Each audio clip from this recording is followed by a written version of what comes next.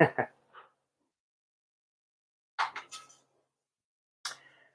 right, we are live, and yeah, I know. Not exactly early, folks. In fact, I'm late.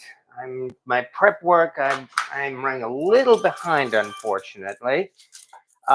Just about everything is done, but I need to do two crucial things. One is I've got to chop up some onions.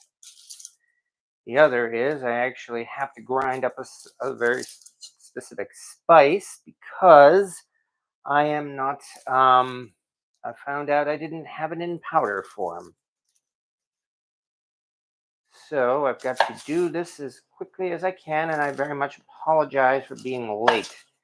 Do not like it when my prep work runs behind schedule. Nonetheless,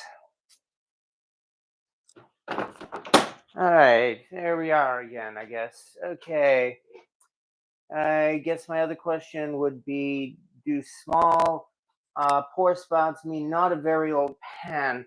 My understanding is with BSNR in particular, the larger the pour spout, it seems to suggest the older it is. And that especially applies to the Red Mountain series. Apparently, they seem to have standardized their pour spouts, what would you say, like maybe by 1940s at the most, 1930s, 1940s. So, yeah, the older ones, especially the handwritten ones, usually had very large pour spouts. One of the folks who's been showing up here regularly, Huey, that is, he managed to find what he says is a BSNR, or at least an Atlanta Stoveworks hollowware skillet, presumably pre-Red Mountain. And it certainly looks like it could be.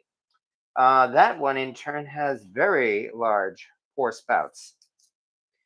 So again, I apologize that it's taking me this long just to do this chopping here, although I'm trying to do it as quickly as I can. All right.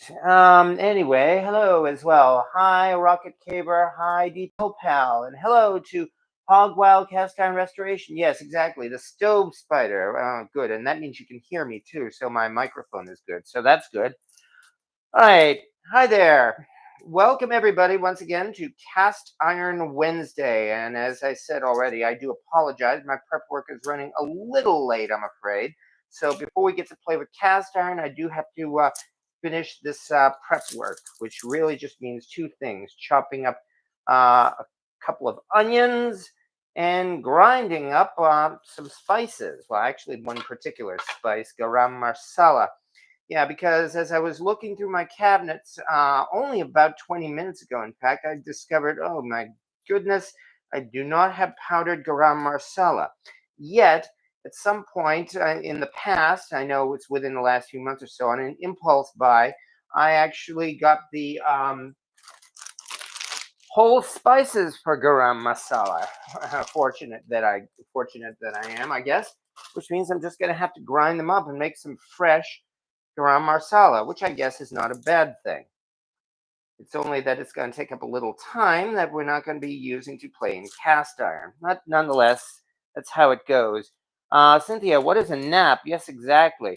But anyway, hello to Kimberly Miller and hello to Rick Stumbaugh and D Pel Pal and Pat Z, Cynthia Wesley. And hello, Anthony. Fresh ground is way better. Yeah, I certainly hope so. Um, Especially since this is my first time doing this recipe, this should be make for an interesting evening. Yeah, as I mentioned, I am foolishly going live and trying a recipe I've never tried before. What could possibly go wrong? Well, for starters, I've got to again quickly finish uh, cutting up these onions, and do so in a manner, of course, where I don't cut myself. So I have to keep concentrating on the cutting here and kind of keep the talking to a minimum. Oh, good. I do have a bowl for the onions. Yay. And somewhere around here it is. Here's my scraper. This thing is such a useful scraper. Yeah, as far as essential kitchen items go, Not many people talk about these things, but I certainly find it to be essential. I mean, most people, yeah, I know it's a pastry cutter. It's also an excellent scraper. In fact, that's what I use it for much more than cutting pastry in my case. All right, so that's one. Also, I guess I'll mention, yeah, as you can see, I'm not doing it the fancy way, cutting these onions here, where they try to cut at an angle matching the actual, onion itself, which is nice, and I know that's how the chefs do that, but I'm just a little bit more simplistic than that because, well, obviously, I want to get this done in a manner where, once again, I don't end up adding some special personal liquid, shall we say, to this dish. I'm sure you folks know what I'm talking about there. All right, so there we go. There's another one. Uh, yeah. I've said many times I'm self-taught, and that includes how to cut an onion. Although I have tried to take directions from from the internet. Yeah. Again, what could possibly go wrong there? I believe it was Alton Brown who taught me the very simple trick of how to dice an onion, which is again to cut it one way and then cut it the other way. And I am not, unfortunately, I still have not learned or been comfortable with the whole part about putting my fingers right up or my knuckles right up against the knife itself as I'm cutting. Um, I don't know. I guess it's still a reflex action for me that I just do not feel safe when I do it that way. So that means not one of those people who's going to be able to cut onions at or even chop or anything at a machine gun pace. Those people that do that. No, that's not me, I'm afraid. So, all right. I'm hoping this might actually be enough onions. I might not even need to do all these. Well, I'll get at least which one is larger. I think this one's larger. However, as the title of this video says, we are going to the Far East. Well, actually, to the Indian subcontinent tonight, and we are making Indian butter chicken. Yeah, which I know is based on one of those internet recipes that's become not just viral but a sensation. It's got something like 45 million views and the like, and everybody says it's the best butter chicken they've ever had. Well, considering I've never had butter chicken before or never made butter chicken before, that's definitely a standard to reach for. But regardless, also, yes, I have actually seen the video. I mean, I have actually done some research before trying this recipe. It actually doesn't look like it's especially hard. The hard part is already done in that I have already been marinating my chicken here in a simple combination of garlic, ginger, and chili powder. Yeah, that's it.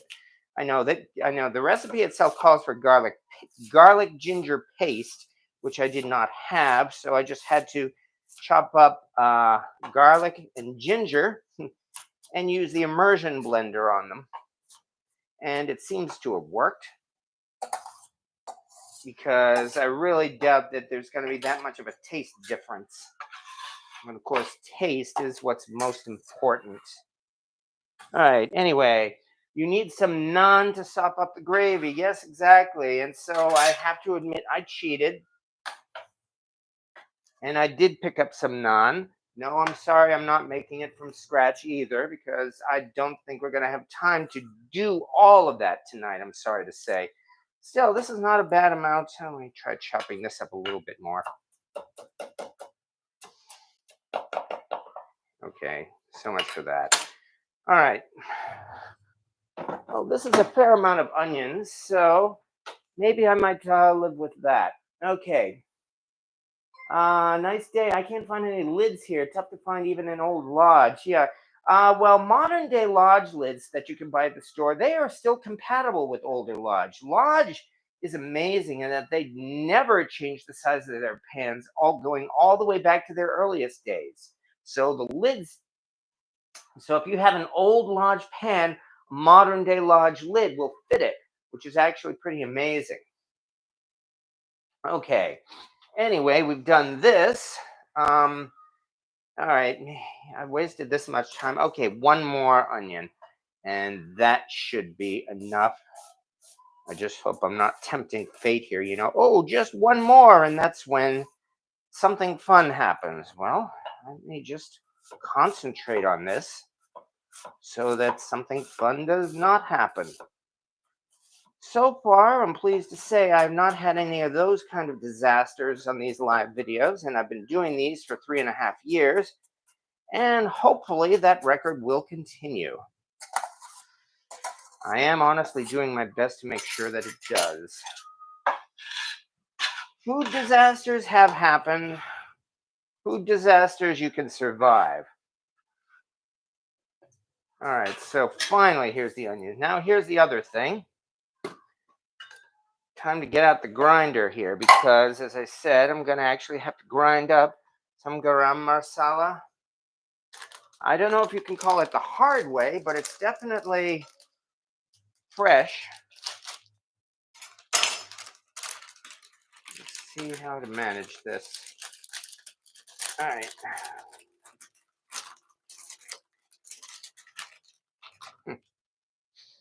Hmm. Interesting. I'm not even sure what this is, but it smells nice.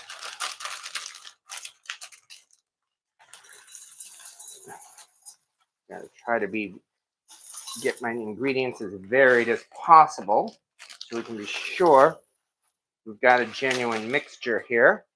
That looks about right. Which means, where did I just put that lid? Oh, good grief. Oh, here it is. All right.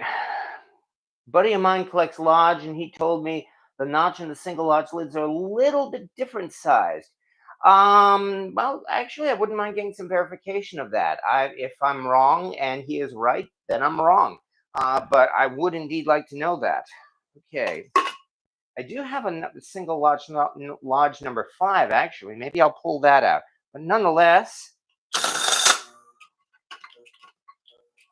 okay, that's interesting. I wonder if that big thing got stuck. Oh, I see. It's this thing here, this big piece of bark or whatever it is. All right, cut that up. Now let's see what happens. There we go.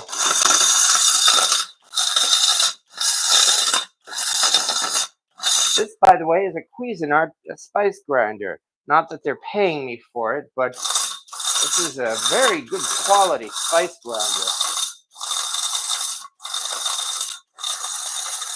Oh man, that smells great.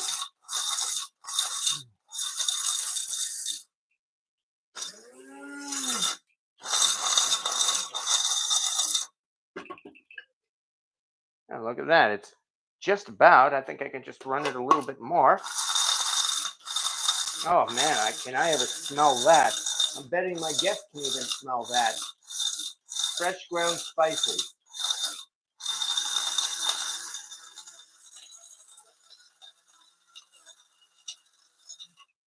Okay. Hmm.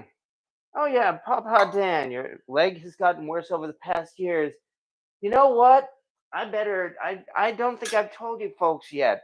I'm developing knee problems myself, I'm afraid. Yeah, for about the past month or so, I've been getting swelling in my knee, but no pain, interestingly enough. The swelling has just come and gone, come and gone, although the pain has started maybe within the last week or so. And yeah, I have indeed been seeing a doctor about that. And in fact, well, I hope not. It could be gout, but who knows? The thing is that there are no other symptoms, and in fact, I'm going to be having an MRI for it this weekend. So we'll see what happens. Well, if whatever happens, anyway, we have garam masala. Now let me unplug this um, spice grinder so that, again, no disasters happen. And with that, I think we're finally ready to get started with some butter chicken. Boy, this place is a mess. Ugh, didn't even have time really to get my mise en place into place. But still, gout usually hurts like hell. Yeah, there has been no pain. Well, almost no pain. I find now that if I walk more than like about 100 yards or so, I start getting some pain in my knee. But even then, it's not crippling pain. So I don't know. Well, again, we'll find out. Okay, yes, butter chicken. Okay, now that we've done that, let's get going here and actually start putting something together. For the record, at least if nothing else, I have been preheating the cast iron. So that means I guess it's time to take a look at the good old cast iron Kadai. Yes, indeed. This is the Lodge Wok. But yeah, the 14-inch Lodge ProLogic Wok, which I've actually had here many times on this channel. But as folks who know anything about India, and that doesn't mean much because a lot of people know about India, you may know that their cast iron wok in or cauldron in India is called a kadai, Kadai. And so tonight, this is not a wok, but it is a kadai. All right, which reminds me, I'd better get out my Kadai shovel. Yeah, I know. I'm probably just insulted somebody by saying that. However, all right. Oof, good grief. Okay, finally. Yeah, this indeed. Lodge, welcome to old age. Yeah, tell me about it. It's like, really, I mean, people talk about, if you had a genie grant you wishes, immortality, riches. How about no pain? That would be nice. Anyway, okay, now that I've wasted enough time, let's actually get started here. All right, marinate the chicken with ginger paste, garlic paste, chili powder, and salt. Oh, I forgot the salt. I'll just actually have to add the salt as it cooks. But it has been marinating with the chili, yeah, the chili, garlic, and ginger. So we have gone that far anyway. And in fact, that's what we have to start with now. It's time, in fact, to start frying the chicken. In fact, I better make sure that this wok is up to the right temperature. Oh yeah, this wok is definitely at the right temperature. No problem at all. Oops, why did that happen? There we are. Yeah, take a look. I would say that this is a good temperature. All right. That means one other thing I need to dig out. Again, I'm running behind. I did not have a chance to get this in advance. And that is my stir fry oil. I don't need a lot of it, but we definitely need some. Anyway, this is actually a pretty standard stir fry chicken recipe too. It's only a matter of the particular ingredients that we're using. So that's what I mean. It did not seem like it was especially difficult. So anyway, well, thank you very much, Fuzz Fork. Did you get email regarding estate sales? Time to put on mute. Yes. Oh no, don't worry. I'm using a wooden spatula this time. I've actually had this. Whoa, watch myself here. I've actually had this for several years. Usually I use my metal spatula because, that's actually, I find it to be very efficient and kind of special. But really, for you folks' sake tonight, I am using a wooden spatula. What kind of oil are we witnessing? Okay, let me put this aside. I use this stir fry oil I call Chef Select, which is 90% canola with 10% extra virgin olive oil. I managed to find this on the discount shelf at Price Chopper, which is the main reason why I picked it up. But after all, canola and olive oil, that's not a bad combination. And having said that, in fact, there's so much chicken here, I should probably even do this in batches if I can do it fast enough. So here's one.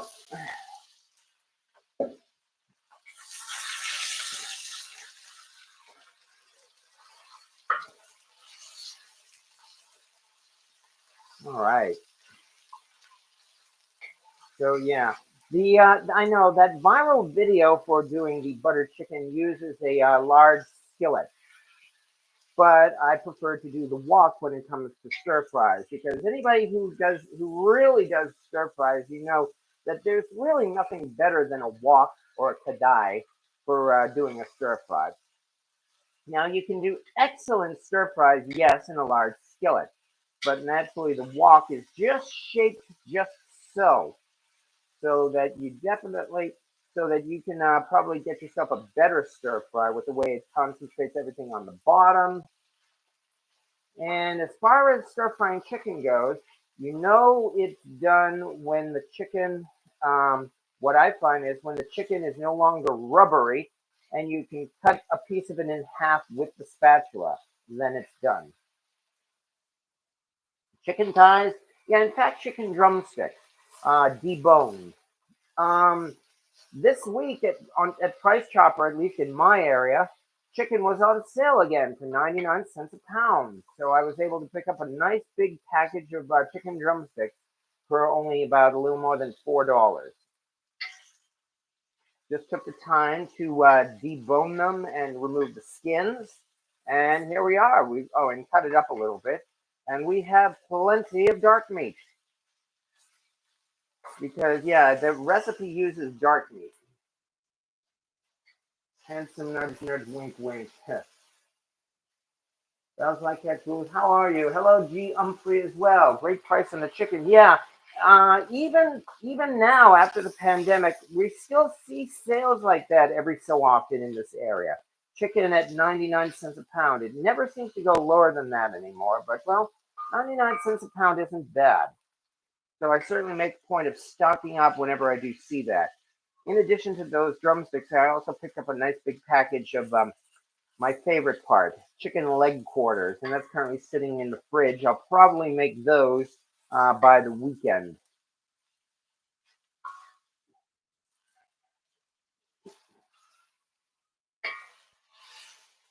Hi, Jerry. Glad that yours is working okay.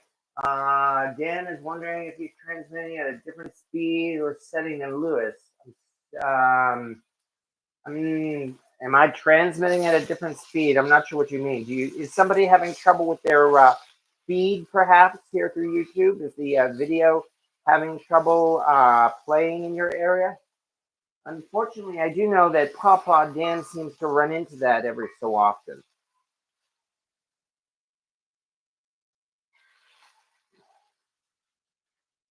But yeah, one advantage to frying in batches, of course, is that it should be done that much sooner. Even though we're doing two batches, it should take a little quicker for each one of these to finish, especially since I've got this cast iron pan at a nice high temperature.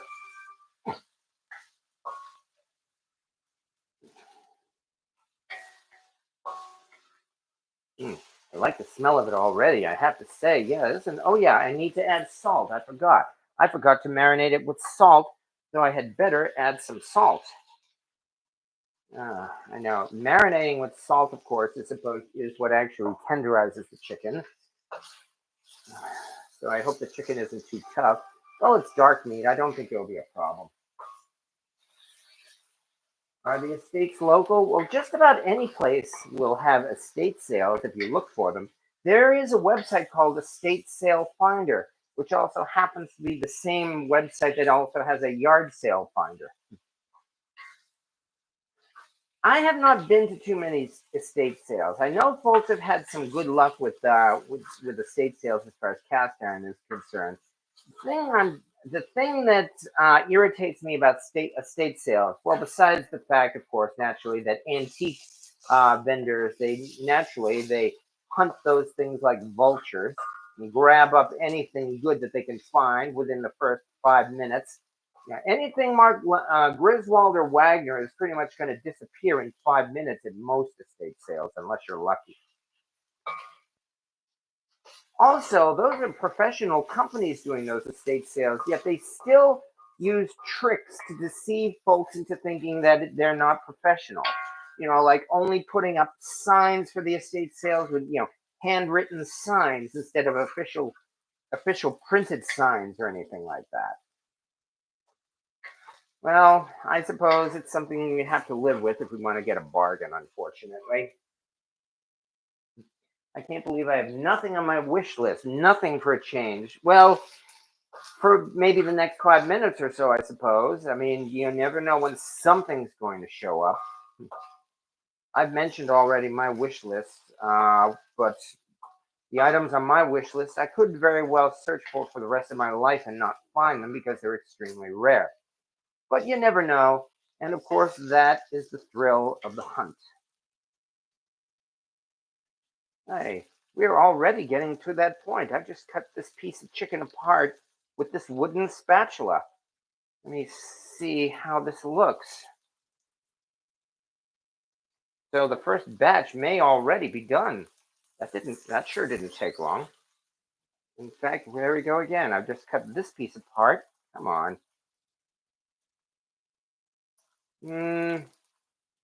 Maybe a minute or two more yet. I mean, I know it's not pork, but still, don't want undercooked chicken. Since January, your videos lag really bad. Ouch, I'm sorry about that. We'll be 20 minutes behind. Yeah, I do not understand why. I mean, all I do is, I'm just simply doing this through YouTube. Granted, I do use a Wi-Fi connection and not a direct connection now.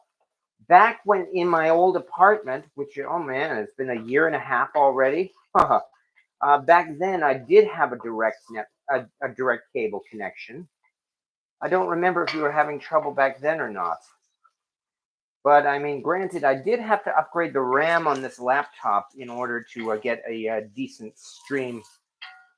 And I do not know enough about streaming and about YouTube and everything to say why it only seems to happen with my videos. And I don't know what I can do to correct it. And on the other hand, Deep Pal says she never has lagging issues, so who knows?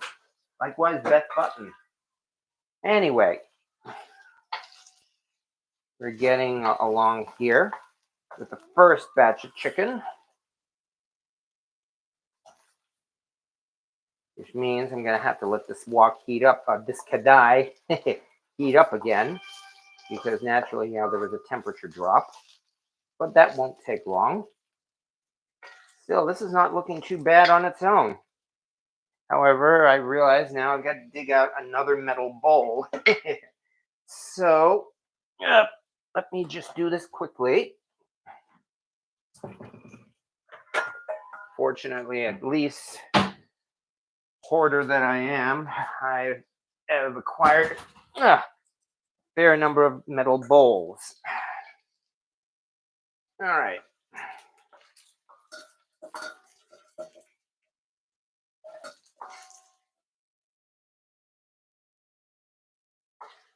I have no doubt that if we wanted to, we could just eat this chicken as is. But as they say, the best is yet to come.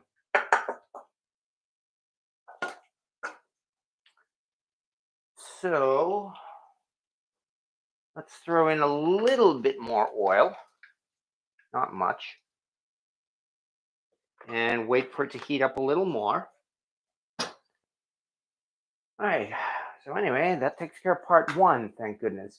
We have Rocket Caver. We've had better luck at estate sales and auctions than shops and antique malls. Yeah, I know. My record at antique malls has been not very good either. I do agree there. Maybe that's why I don't go to them very often. I have found a few scores at antique malls, but not very often. The vast majority of my lucky scores have been at flea markets, and yeah, at the Brimfield Antique Show too. But that's probably only because that place is so freaking big. And after all, people go there especially to sell special stuff. So the pickings at Brimfield are better than your typical flea market. Yeah, I miss Brimfield though. I mean, I've been here in New York for a year and a half, and my last time at Brimfield was just before I moved here. Well, I might hopefully make a pilgrimage back to there this year. On the other hand, there is still the Bouckville Antique Week. Also, I only realized last year and didn't have a chance to go that there is a highway yard sale here in New York. The Route 90. Whoa. Anyway, the Route 90 yard sale. So that actually is something I'm definitely going to look into this year.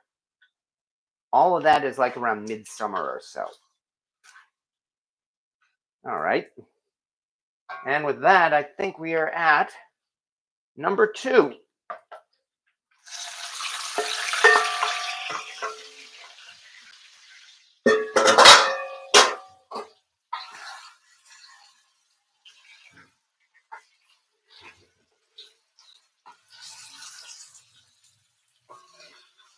And once we get this done, we will get started on our gravy, which of course is really the star of the show, easily as much as the chicken.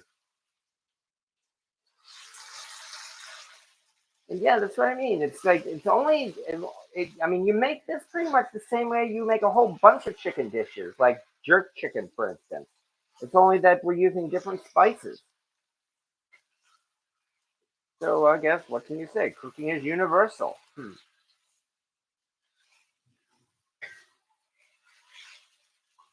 All right, there we go. It's starting to spread out now. Unfortunately, I think this second batch might be bigger than the first batch, so this may take a few minutes. Okay, we have the Route 30 sales every September. Yeah, I would really actually like to try those highway yard sales. I've never been on one. So now that I know about the Route 90 yard sale here in New York, I'm definitely going to be keeping an eye out for it. Hey, we tried rebooting several times. Still occurs, thanks for the suggestion. The great to see prices on eBay. Oh yeah, that's right. It's great to see prices on eBay and then they never sell. Yeah, I know. There's some items that have listed there on eBay for, what would you say, years? I mean, I know that there's this Griswold Bundt pan. Until the Bundt pan market prices drop, thanks to Lodge, that Griswold Bundt pan was selling for like about $1,200. Now they've dropped their prices so much, and I think it's now what, maybe $800. But even so, yeah. I love my Bundt pans. I have the brand new or re-released Legacy Lodge Bundt pan. Wow, 2018. Man, I can't believe it's already been 5 years. In fact, it was released on Valentine's Day of 2018. 6 years. Holy cow. Boy, time flies. And in fact, they've re-released the Bundt pan again. And then there was the other one, the really lucky European style cake pan that was again a Brimfield score. Either way, I'm very glad about those. I've gotten a lot of use of them, and I intend to continue getting a lot of use out of them because I like baking cakes. All right, Val, what happened, Val? Hi, everywhere. When I saw Lodge was ridiculous, I knew we were headed for trouble. Oh, you're talking about at antique malls, I guess. Yeah. Maybe since I use straight YouTube and Musk uses his third-party software. That's a good point. I should really look into something like StreamYard, I think. Because among other things, I wouldn't mind doing another dual video. That was a lot of fun that time. Set boundaries. I never pay for what I cannot afford. I love bundt cake. Yes, exactly, Patricia. Once I started making bundt cakes in my cast iron, well, that was when I knew I had a baking problem. Oh, great. All right, excuse me. Thank you very much. I certainly didn't expect that, did we? Anyway, whoop, there it is. Yep, exactly. It was years ago. The scammer kept changing names. Oh, I see. There was a cast iron scammer on eBay. Somehow I'm not so surprised.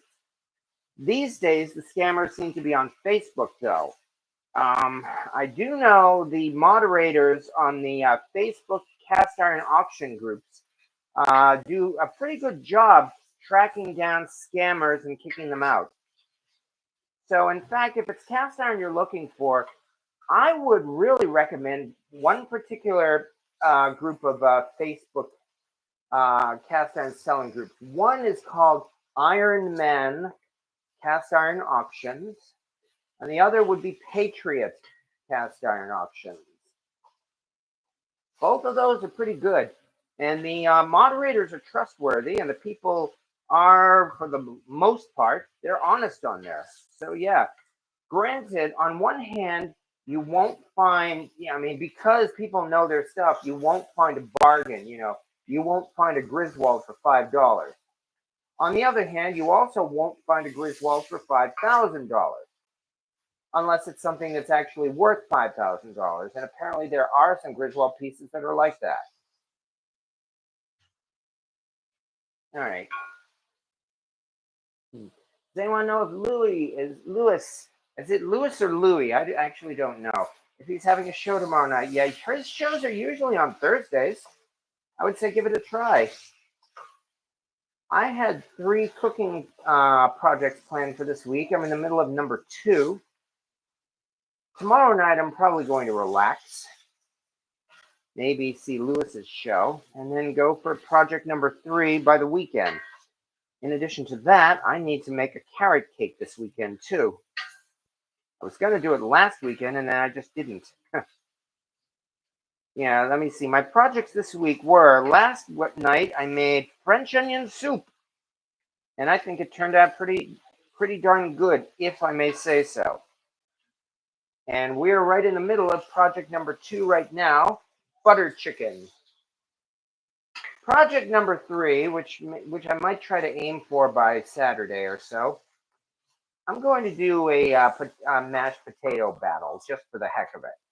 Essentially, cook mashed potatoes 3 ways, and then we'll have a comparison and see how we'll like it. I will do 1, make the box stuff. 2, make mashed potatoes the way you're supposed to make it. You peel the potatoes, you run them through a strainer and all those kinds of things to make it creamy mashed potatoes. And 3, mashed potatoes my way. Smashed potatoes, which requires which almost no effort. All right. That soup looked wonderful. Yeah, exactly. Oh, yes.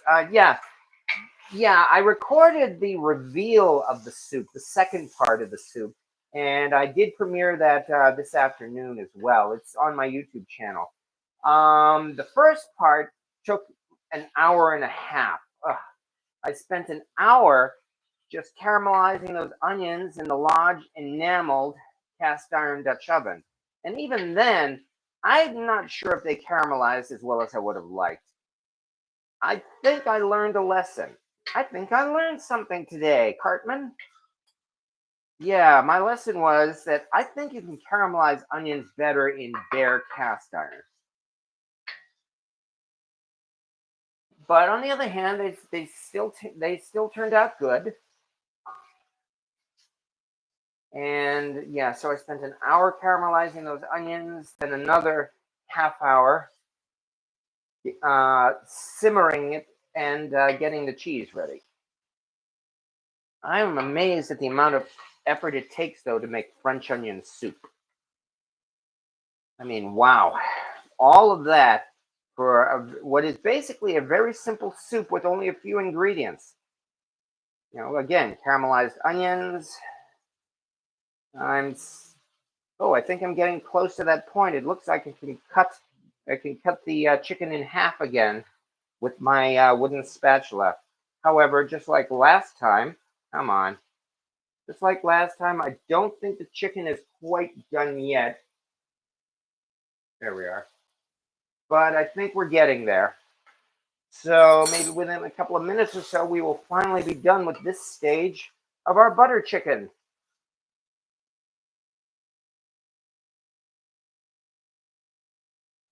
All right, where'd you get your wok? This wok, the story of my wok goes, is this wok, in fact, was the very first piece of cast iron I actually bought, well, sort of bought for myself, of my own choosing. It was in January of 2011. So, wow, this wok I've had in my possession for 13 years. Man, time is flying. Anyway, in January of 2011, at that point, I only had two cast iron pans, both of which one was my original redneck pan that I had acquired as a gift 8 years before.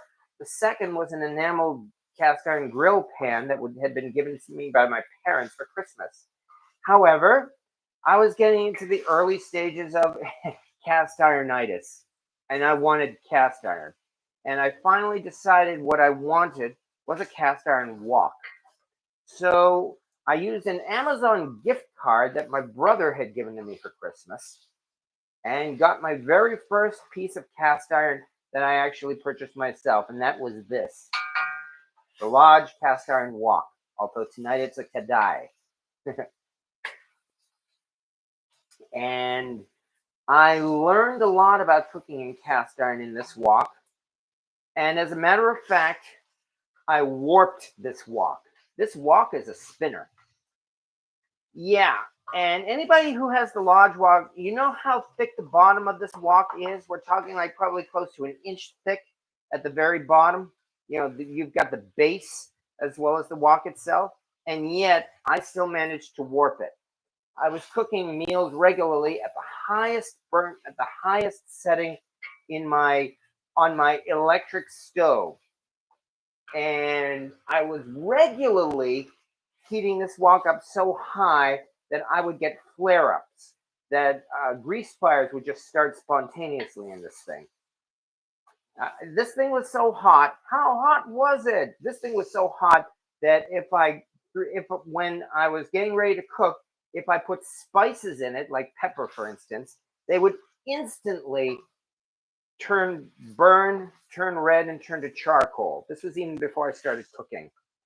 So yeah, that was in my earliest stages of learning how to cook. Before I learned two crucial words: temperature control, especially with cast irons. And so as a result, this wok suffered for it. And it is now a spinner. And yet, in a way, I was lucky.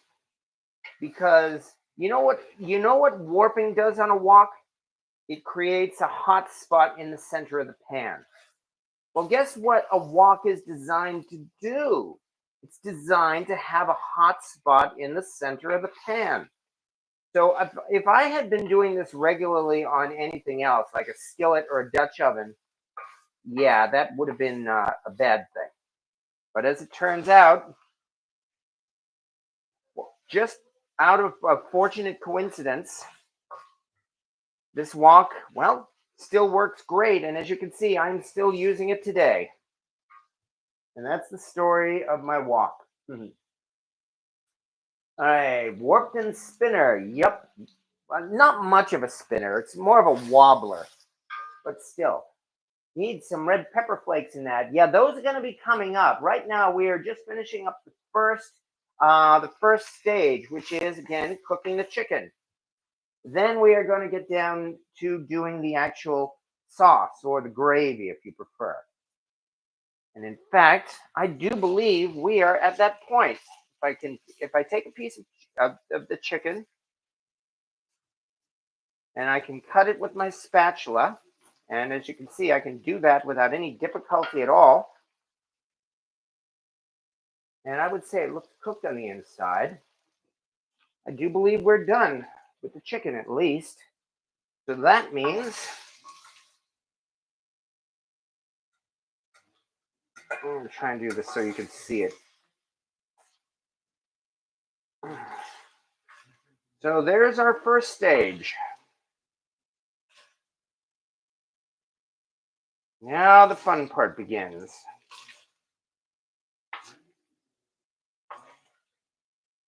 All right. Oh, great. Whoa. My bad. A little bit of the grease actually got down onto the burner. Wonderful. Just wonderful. All right, anyway, here's our chicken. So there's a starter for you. All right, now that we've done all that, in a pan, heat up some oil, then fry the marinated chicken. Once done, place into a bowl. Here's where we add onion, oil. Well, we already have oil at least. Here's the onions, and we also do a little bit of butter. So here are those onions that I chopped tonight. Yeah, I think that's enough, even though they're going to shrink.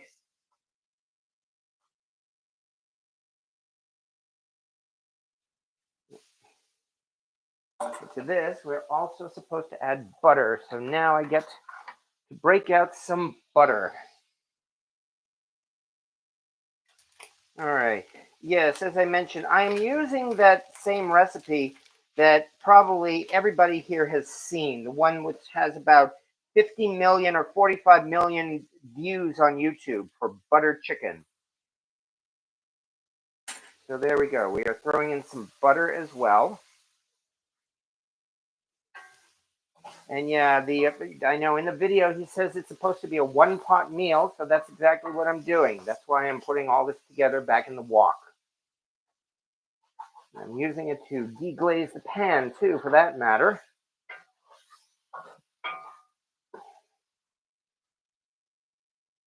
All right, let me check that recipe again.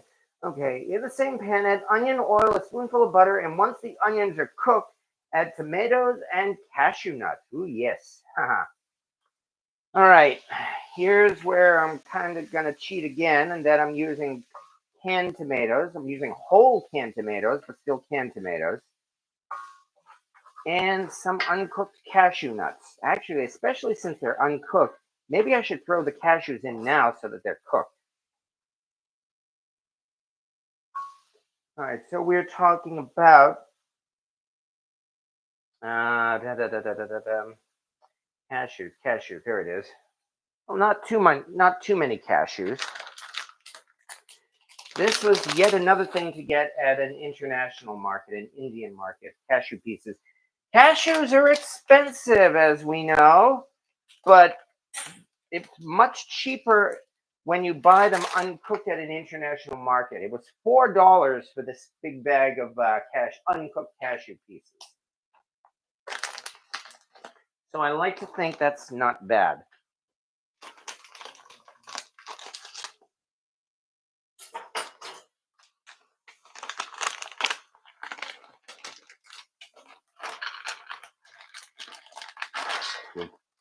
Oops. Oh well. Anyway, that's plenty of cashews. And yeah, definitely, especially since they're uncooked, I do believe I should cook them. Then after all this, we're actually going to put all this in a big bowl and grind them up. That's kind of the whole point. You see, the thing about butter chicken, supposedly, it's not so much that it tastes like butter, even though we do use a lot of butter in it, but also supposedly the gravy is silky smooth like butter, which means we are going to actually have to grind all this up. However, once that's done, yeah, it's really not going to take that much longer. It looks like, in fact, once the gravy is done, all we have to do is combine everything. So that's good. So yeah, this isn't so hard. I mean, it did take a while to cook that chicken, but we cooked the chicken and we cooked the gravy and we combined the two. No problem at all. All right, cleaned up so pretty. Okay, the plate on a grill that shows Flying Mallard instead of the lodge name. Ooh, nice. Yes, that was immediately after Lodge acquired BSNR. I believe that was when they produced their wildlife series, in the 1990s. And they did include the Mallard duck on the Sportsman Grill as well.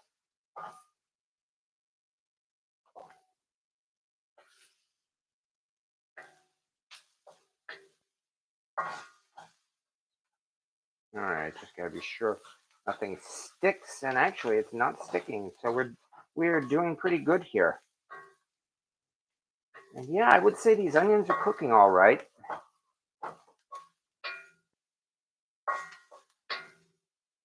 So based on that, since we are using canned tomatoes, I suspect I'm probably going to have to strain them first because I don't want there to be too much liquid. All right.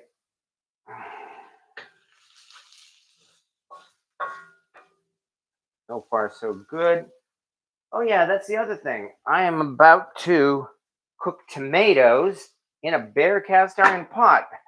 This is the part where the purist should start screaming. Yeah.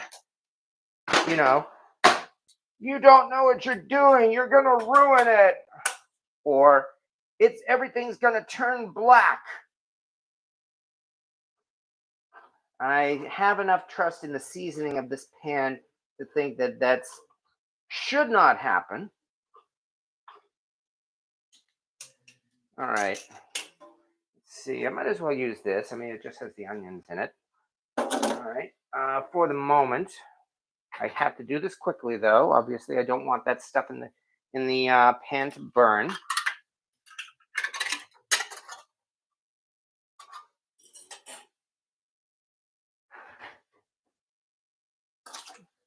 Oh, did I just do what I did? I said I was going to strain this. I'm not even thinking as usual. Good thing I'm doing this in the sink, huh? All right. There we go. Now we have it. And if this is not enough, I will open another can. Back to the kadai. And in we go. Yes, indeed. I just put a whole bunch of tomatoes into a bare cast iron pan. Oh no, the world is ending. However, I do have to split these tomatoes up.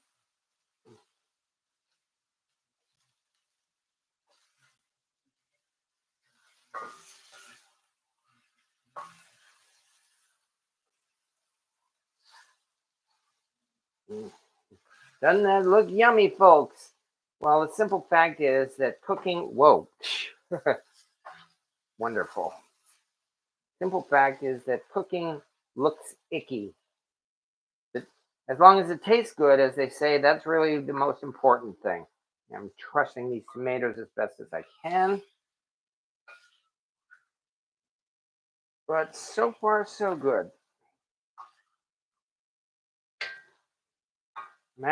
Maybe I should not have drained it though, it looks like. Maybe I should have actually had more water because I think this is supposed to be more of a sauce than what it's turning out to be.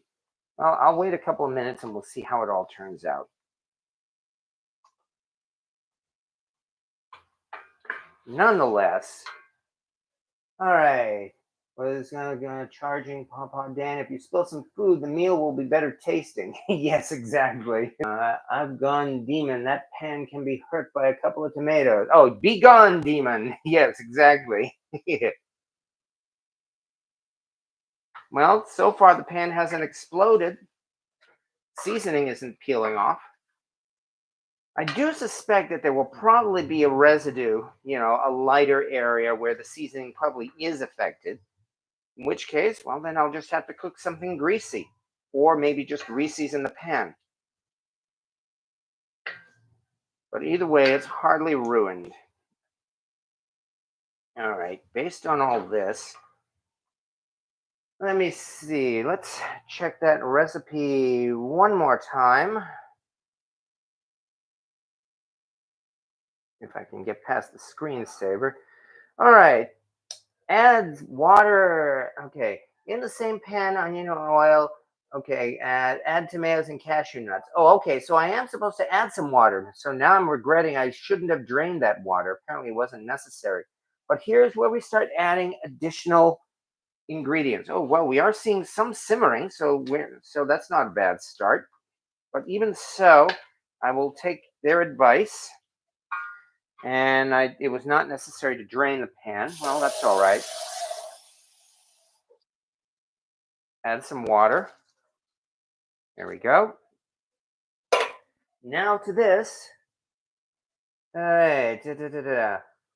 Salt, water, and garlic. Okay. For the gravy, here we go. I don't have garlic paste, but I do have minced garlic, which means 2 more tablespoons of that. Where did I? Oh, here are my measuring spoons. And yeah, it does say tablespoons, no less. So here's 1. Here's 2.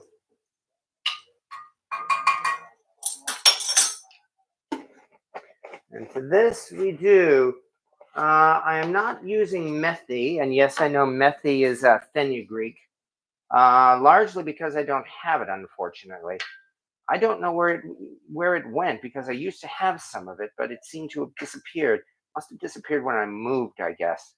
Nonetheless, the important thing is that I am supposed to add the garam masala, which, as you know, is freshly ground. I don't need to add all of this. It only says about a teaspoon. So I'm going to have a lot of this left over. And yeah, this is pungent stuff, and this is probably more than enough anyway. All right. Let me see. Just to be sure. Salt, malt vinegar. Okay. Oh, yeah. I also need salt and vinegar. And then sugar, too. I think there's one tomato that's unpopped. Make sure that they're all popped. There we go. Now to this, we also add a little bit more salt.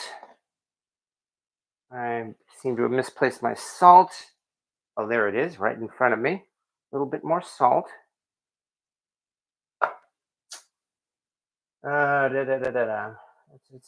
This was salt, malt vinegar. Good grief. This thing really does not have these things in order, does it? Okay. Malt vinegar. I don't have malt vinegar, but I do have apple cider vinegar. And fortunately, I had previously measured it. A little bit less than 4 tablespoons. So yeah, not only am I using tomatoes, I'm also using vinegar. All right. And then from there, the salt, malt, vinegar, sugar. The sugar mentions. Wow, half a cup of sugar. Yeah, this is definitely going to sweeten it, give it a sweeter taste. I'll say that much. Half a cup. Or in other words, 8 tablespoons. And yes, I am making a double batch if anybody's actually looking at the actual recipe there. That's because I'm using more chicken as well than was mentioned. This is a 3rd cup, and this is wet anyway. So, I mean, I apologize again. I did not prepare as well as I should have. But here comes half a cup of sugar. Or in other words, 8 tablespoons. There we go. Better cover this up right away so it doesn't spill.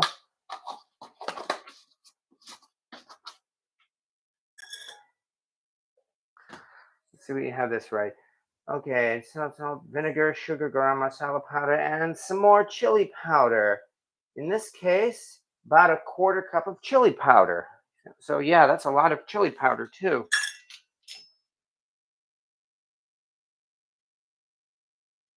So there we go.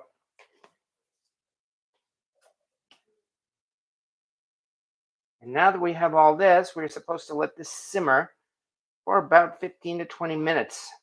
And then we will grind this all up. This has an interesting smell to it, too. Interesting as in good, not interesting as in strange. I mean, after all, we've got cashews in here. We have the sweetness of the sugar. Pungency, if that's the word, of the vinegar. So yeah, I'm actually looking forward to this. Once this goop is all ground up, that is, because yeah, after this is simmered, then we are, as I said, that's what I'm supposed to do. I'm supposed to grind it all up. I'd love to have a spoon to try this. Indian food is food of love. Is this served over rice? Oh, I was going to prepare rice. Yes. All right, that's not red Kashmiri chili powder. No, I admit it is not. I'm sorry to say, it is regular chili powder. Regrettably, I did not have Kashmiri chili powder. So, in addition to getting some fenugreek, I suppose I should get some of that, especially if I'm going to be doing more Indian cooking. But it is chili powder. Interestingly enough, there's no cayenne in this recipe either. Maybe that's one reason why it's so popular. This is not the type of recipe that's going to burn the inside of your mouth. Let's see here. Here's another tomato. And here's another tomato. All right, now it's simmering up. So now at this point, we just need to let it simmer. I'd say from the looks of this will probably be done maybe in about half an hour or so. So we're not doing too badly. Did use a foreign language when that happened. Basmati rice is good with Indian dishes. Yes, and I have basmati rice. But unfortunately, I've been running around so much, I didn't have the chance to prepare it, regrettably.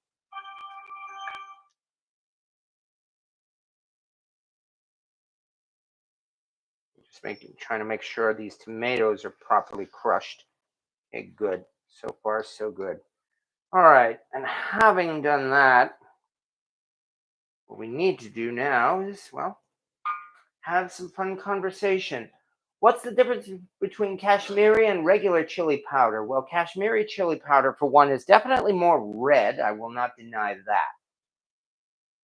I deal with that kind of liar, pay and speak. Okay, other than that, chili police in a lamb mold. Yeah, no, I'm sorry, I'm not making this in a lamb mold. Boy, I like the way the steam is coming off of this, though. Did someone mention a lamb mold? But yeah, this thing is definitely simmering, no question about that. In fact, I'm wondering if I should even turn down the heat. Well, I suppose as long as I keep stirring it occasionally, there shouldn't be any chance of it burning. We just need to be sure that this thing reduces a little bit.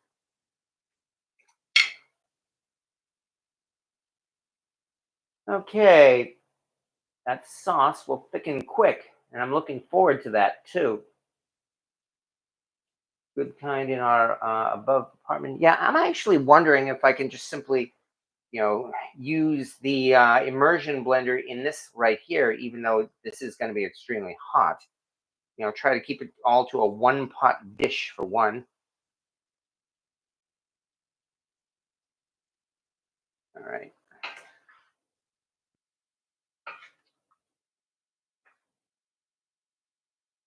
Yeah, this is my first time making butter chicken. I have made the basic Indian chicken, the kind where you make it with a ton of tomatoes and yogurt, and that turned out very well. I enjoy making basmati rice. I really need to do more Indian cooking, that's for sure. I've done a fair amount of English, British cooking, and American, of course, but yeah, I definitely need to expand more on Indian cuisine. Hmm. Right now is when you make the rice. If you serve it over rice, that is actually pretty tempting. I will have to say that. You can use the immersion blender in the wok. I think an immersion blender will splatter because the wok is not deep. Well, there is that possibility. Have you tasted the sauce yet for salt level? I have not yet. Let's see what we have here. I'll do this carefully.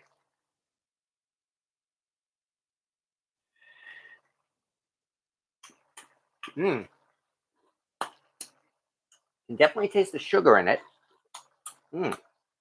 There is a little bit of a kick in it too, probably from all of that chili powder. I suppose it couldn't hurt to add a little more salt, but not much. I haven't even added the main part of the butter yet. That will actually come in the last part. All right. Love that YouTube video. Me cooking the chicken? I'm not sure which one you're referring to. If you mean the 500-degree Dutch oven chicken, well, yeah, I'm actually quite fond of that recipe myself. If this turns out good, I should probably make a separate edited video of this. Because yeah, I have to say this is not good. This is actually tasting pretty good.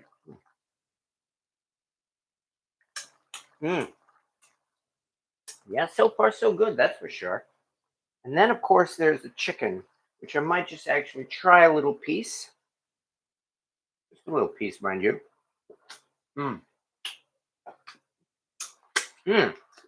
Not bad. But I'm looking forward to mixing it into the sauce, that's for sure.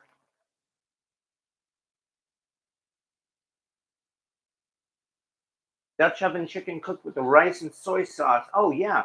Well, thank you very much, JIR Finishes. Yeah, that Dutch oven chicken and rice, I think, was one of the first chicken recipes that I guess I could call my own. I mean, it's hardly original and it's nothing difficult. It's just that chicken braised in rice. But it is easy to make. The type of thing you can make really on a work night. Definitely tasty and filling. So yeah, that is a recipe that I am indeed proud of.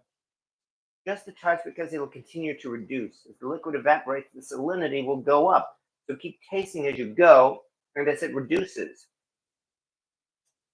When I lived in Ireland, Deepel Pal, I basically subsisted off of chicken tikka, sandos, and curry chips. All of that looks good.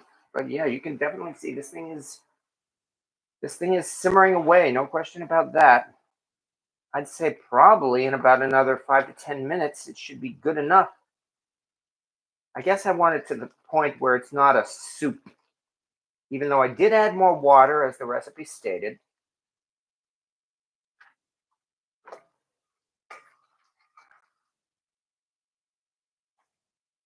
All right. Did you want to try a tiny bit of this sauce just to see whether you might like it? What? Why not? Okay, come on over. The camera is pointing at the pan, so no, you won't see your face. Okay, well, hi guys. All right, hello. Yeah, my friend who I'd mentioned before, her nickname is Fats, even though she's not fat. Okay, let's get you just a little bit. This is just the sauce. It's an Indian spice type of sauce. So is it hot? It's hot, all right. So yeah, you definitely. No, hot as in spicy. No, actually, it's not. I mean, the hottest thing I use in there is chili powder. That's sweet. There is a sweetness in it. Yeah, I used a fair amount of sugar. Right. Well, so far so good. Okay. Well, then you should like it, I hope. But yeah, that's why they call this butter chicken.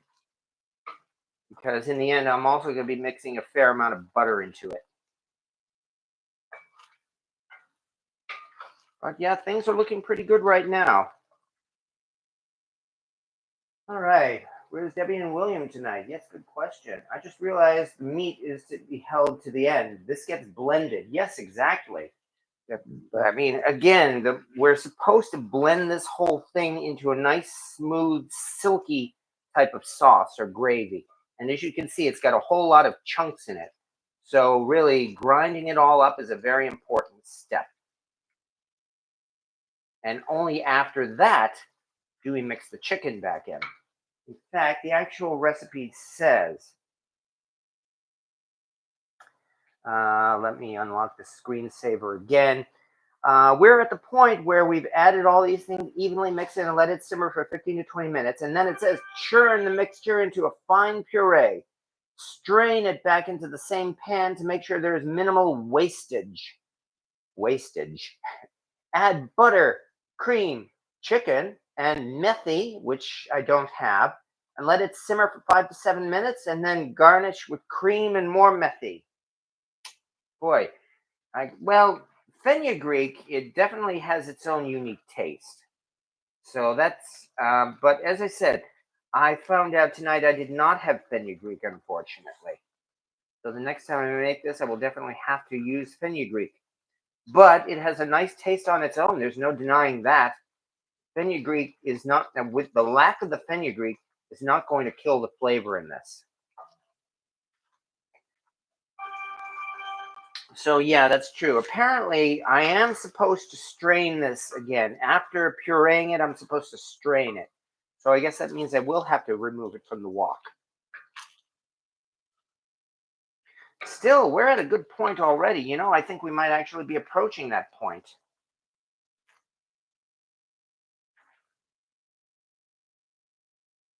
All right, methi isn't essential. Yeah, I know. And it is one of those tastes that you do have to get used to. I mean, I have made it, like when I made bunny chow, and it is a very unique flavor.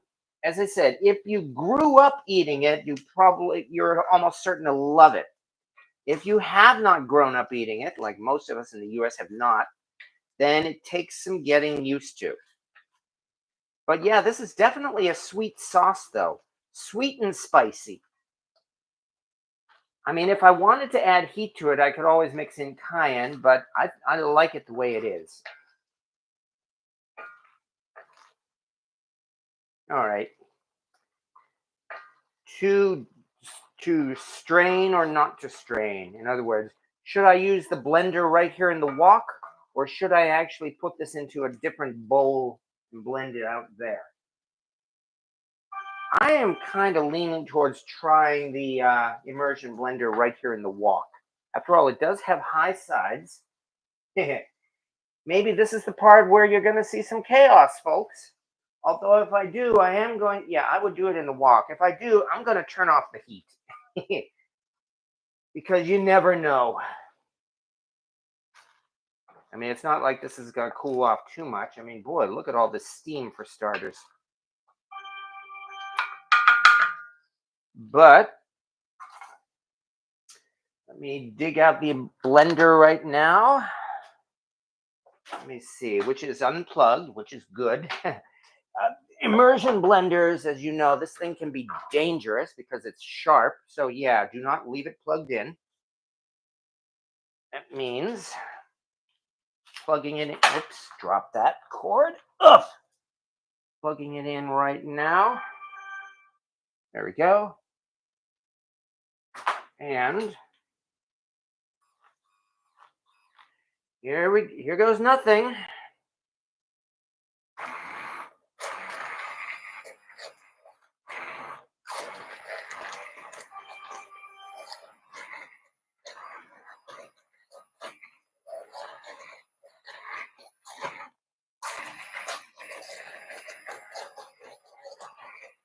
All right.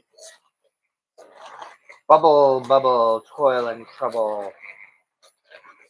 Fire burn, or better yet, blender churn and cauldron bubble.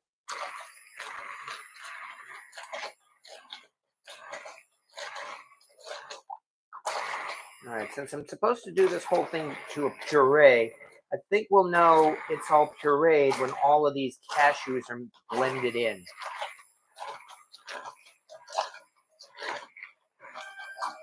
And actually, this is working out, I think, better than I thought. I mean, I didn't even strain it. But this is definitely a thick sauce. You can't deny that.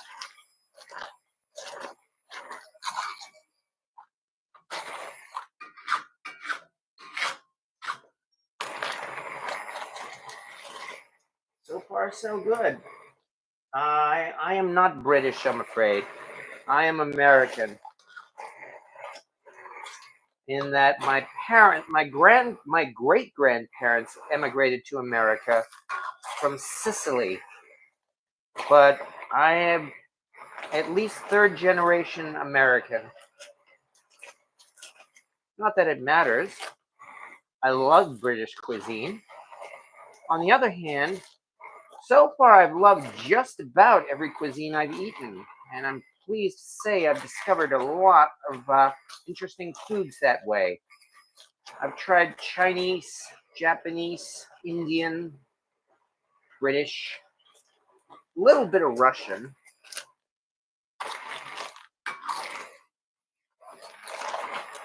This is turning out pretty good though.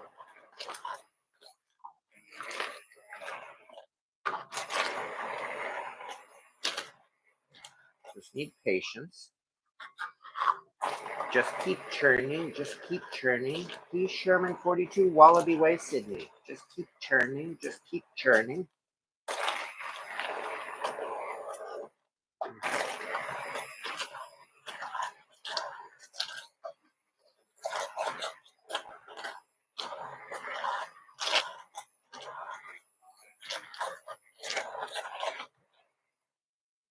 And if nothing else, I'm pleased to say, I hope, as far as cast iron cooking is concerned, I hope this is a little different from the usual fare.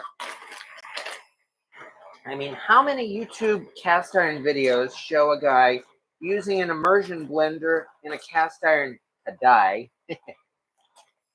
to grind up Indian sauce like this? I mean, I love my steak and my chili and my cornbread, but I also love trying new things. And so far, I'm not regretting this. Even though it's not as red as we see in that original video, but that again is because I did not use red Kashmiri chili powder.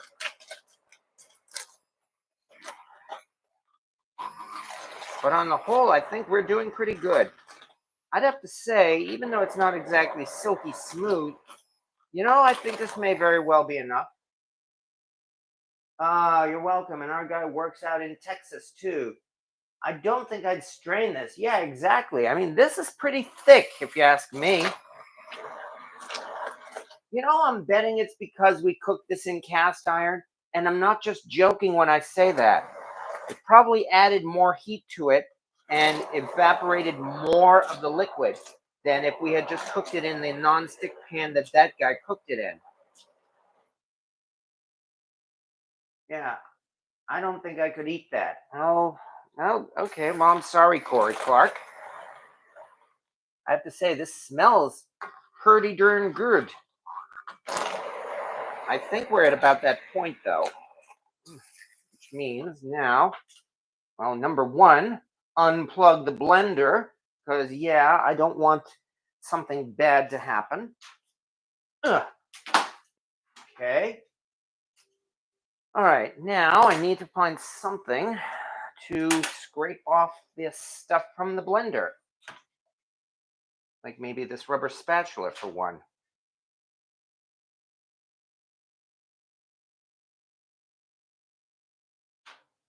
Okay, and need to carefully dig out the inside. And this is why I unplugged the blender.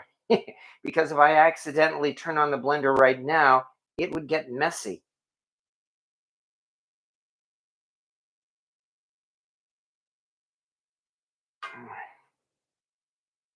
All right. So far, so good. Now, I think I better rinse off this blender.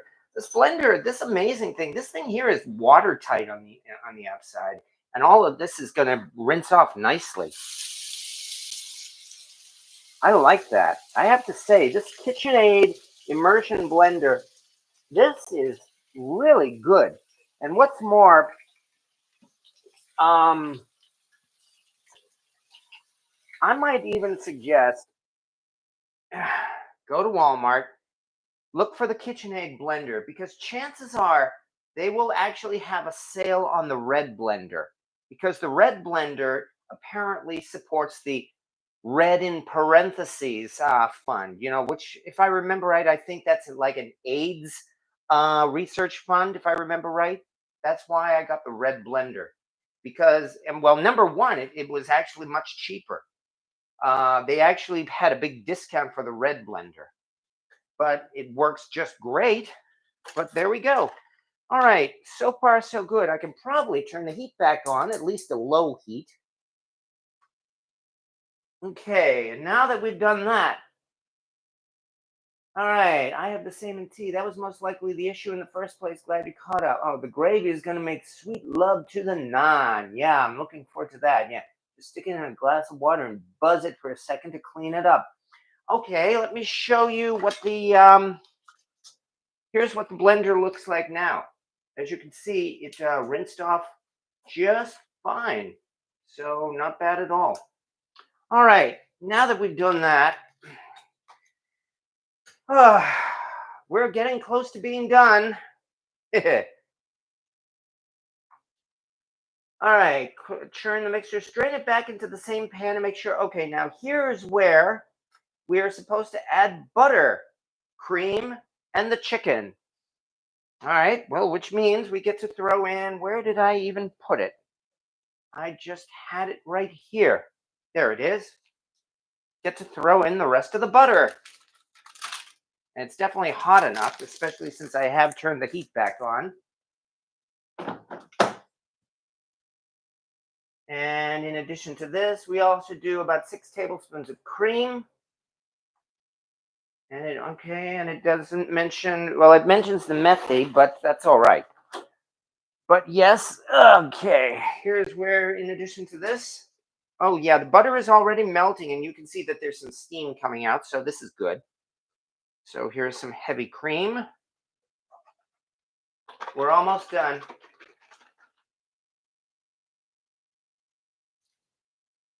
Okay. Also, it takes longer to do these recipes live because, of course, I'm having a conversation with all the people on the live video. I'm kind of talking to my buddy over there as well as talking to you folks at the same time. No, not to worry. So now that we've done that, let's mix it all together.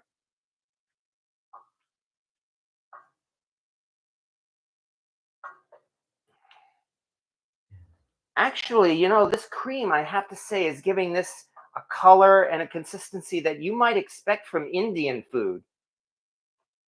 Usually the kind that has lots and lots of yogurt in it. So this is really looking more Indian now, I think.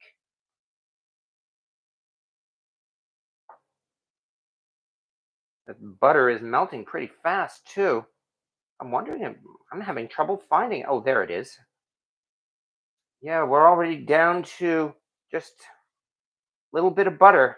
So this is definitely hot. It definitely did not really cool off much.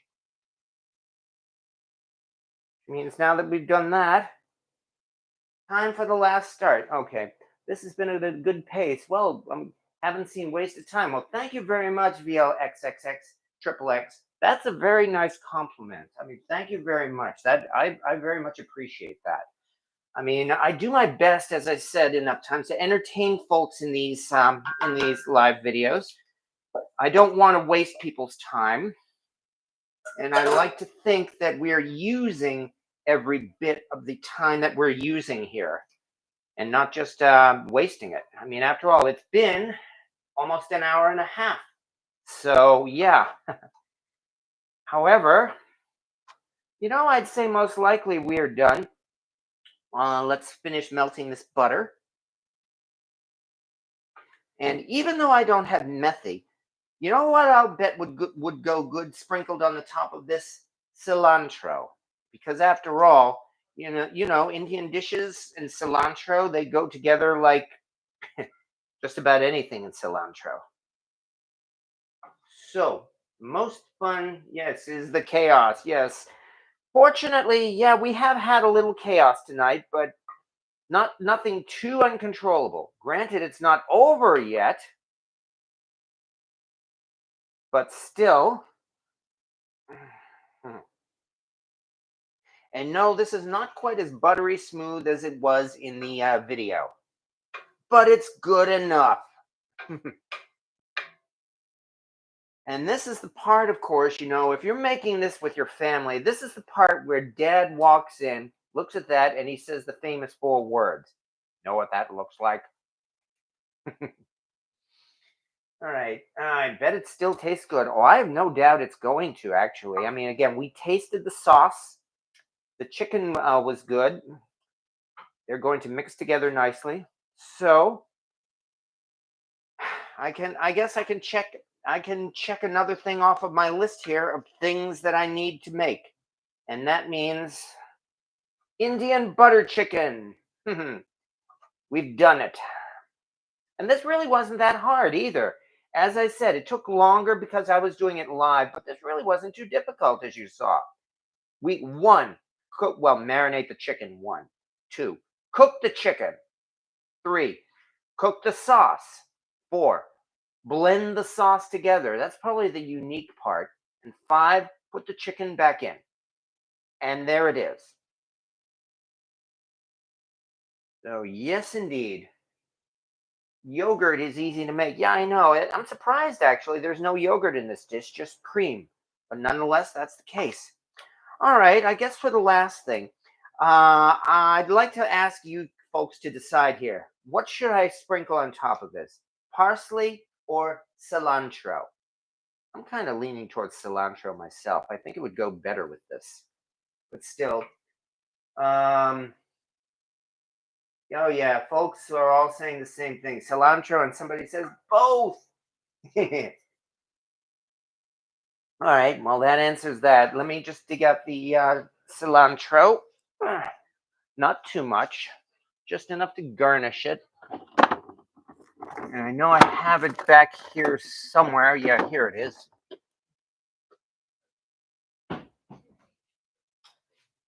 And then finally, once I do that, I'm going to have to take a couple of pictures, of course. And I better I think I can turn off the heat now because, again, it's not going to cool off yet.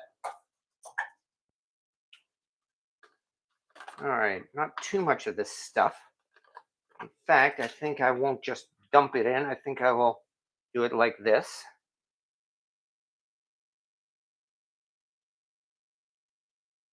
There we go. And with that, voila! And here is our cast iron wok or kadai butter chicken based on a viral internet video. Not bad, although I haven't tasted it yet. Well, first, let me scrape off the sides a little bit so it'll look a little better. Take a couple of pictures. And actually, I think I'll dab this a little bit. I may have actually put the cilantro on a little thick. Yeah, there we go. I think that'll help.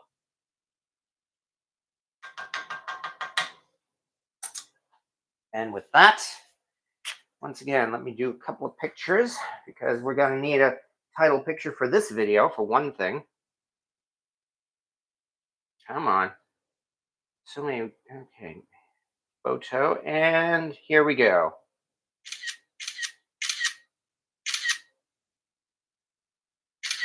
Yeah, exactly. Know what that looks like? Out of the way. All right. And with that, we're done. Haha. Yeah, ready for its close-up, Mr. DeMille. Yeah, no. I don't think I'm going to make it in a lamb mold. Sorry. However, what I do have to do is taste it. And the sauce.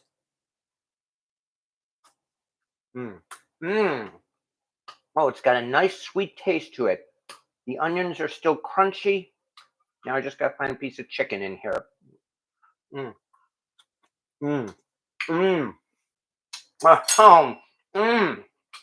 Oh, yeah.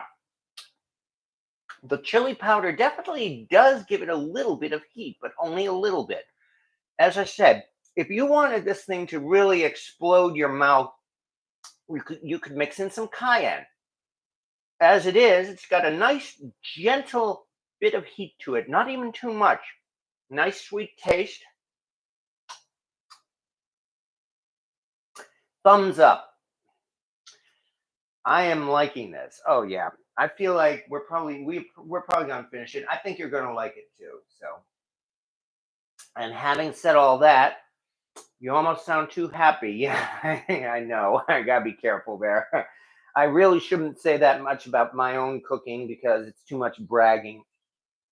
As the way um, some of those viral video cooks, they start gushing so much over their own cooking. Oh, this is the best I've ever had. Yeah, because I'm the one who made it. So, but this was my first time.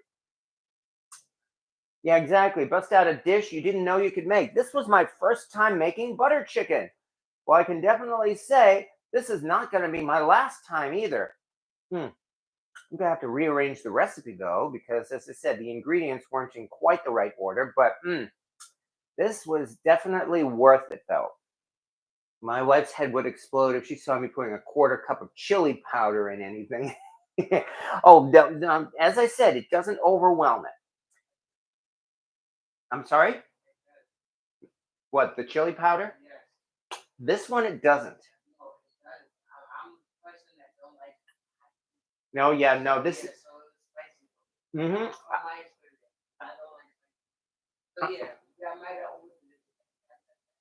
Okay. Well, all right. Well, all I can say is try a little bit and we'll see. I personally, I know. I don't like. I. Hmm. Everybody is different, yes, but I. No, I know. Hmm. And that's okay. Right. So, but at the same point in time, it's like that's too spicy for me because I don't like spicy food. Okay. And some people do like spicy. I'm They not. like that shit. They might add more. I'm not a fan. I'm not a fan. And me, I don't want. Okay. Spicy. Yeah, but I'm not a fan of spicy food either, and I personally think this is perfect. Well, anyway, that's all right. Okay, but there we go. All right. Don't waste too much time on here with all of us weirdos. Yeah, exactly. Crush that while it's hot. Yeah, it's definitely time to start eating, that's for sure. And besides, we are at about that time anyway. We've been here for an hour and a half. And furthermore, as I say every time, because it is a Wednesday, it is time for, it is a work night, so we can't stay up too late, which means we do actually have to get going. But there we go. Butter chicken for the win. Thank you very much, Beth Button. And thank you as well to Jerry1952. And hello, Clico, as well. See you all next live. Yes, I had something planned for next week, and now I forget what it is. We're not at the end of the month yet, or the first one of the month. So I'm honestly trying to remember. Oh, well, there's one possibility. You know why? Because next week is, we're getting close to the beginning of March. And you know what March means? Time for corned beef. That's what it means. So, but thank you very much as well, VL Triple X. And thank you, Pat Z. And thank you, Rocket Caver. Thank you, everybody, for sticking around all this time. Because, again, these live videos are always a lot of fun here with you folks. And that certainly helps. My daughter has a recipe with chicken and a stick of butter. Well, that's certainly buttered chicken, that's for sure. And yes, have a good evening, Kimberly Miller and Val's Black Cat Rules and everybody else. Thank you very much for sticking around. And yeah, this is not going to last long. I can safely say that because, yeah, I really like how this turned out. Yeah, and I can see why that video got 50 million or 45 million hits because I do think it's worth it. So there we go. Which means now I guess we can just start looking forward to the next cooking project. As I said, I got a mashed potato battle coming this weekend. I want to do some carrot cake this weekend. And then there's always next week, and we will see what happens. But until then, folks, thank you. Thank you for everybody. Looking forward to March Madness and Better Than the Alternative. Not looking forward next Wednesday. Oh, your 40th birthday. Well, maybe we'll have to make you a birthday cake. But thank you again, everybody, for stopping by. And with that, I think we will bid everybody adieu. Have a good evening. And as always, see you next Wednesday.